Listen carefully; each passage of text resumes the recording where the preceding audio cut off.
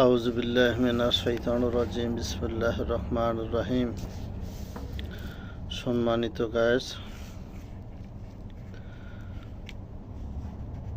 আপনাদের উপকারে আসে এরকম একটা আমল নিয়ে আপনাদের সামনে উপস্থিত হলাম। আশা করি আপনারা ভালো আছেন, সুস্থ আছেন। ভালো থাকুন, সুস্থ থাকুন, এ কামনাই করি আল্লাহর দরবারে।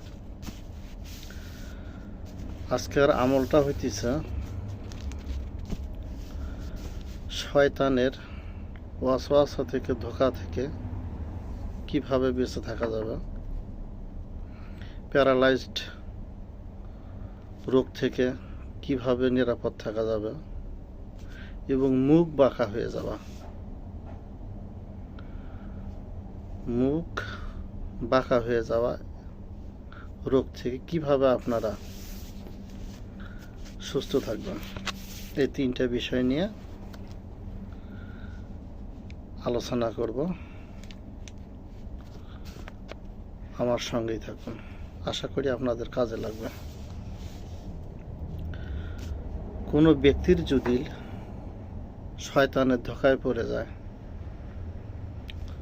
শয়তানের ওয়াসওয়াসা মধ্যে ফাঁদে পড়ে যায়, এই শয়তানের ধোঁকা ওয়াসওয়াসা থেকে মুক্তি পেতে হলে, নিরাপদ থাকতে গেলে, এবং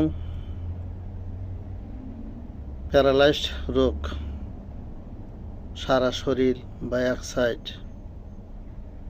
যে কোনো দেহের একটা অঙ্গ প্যারালাইজ হয়ে যাওয়া, বোধ শক্তি না থাকা, এই রোগ থেকে কিভাবে বাঁচবেন।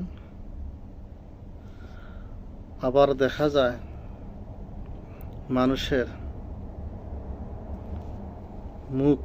মুখও দেখা যায় হয়তো ডানে বাঁকা হয়ে যায়, হয়তো বামে বাঁকা হয়ে যায়,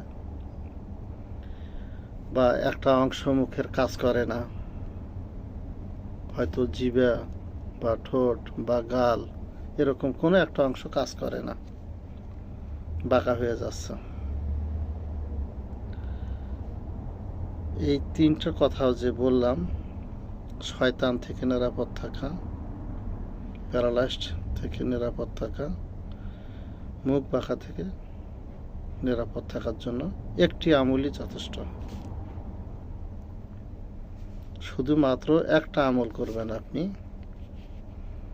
আল্লাহ যদি চায়, আপনি সারা জীবন যতদিন দুনিয়াতে বেঁচে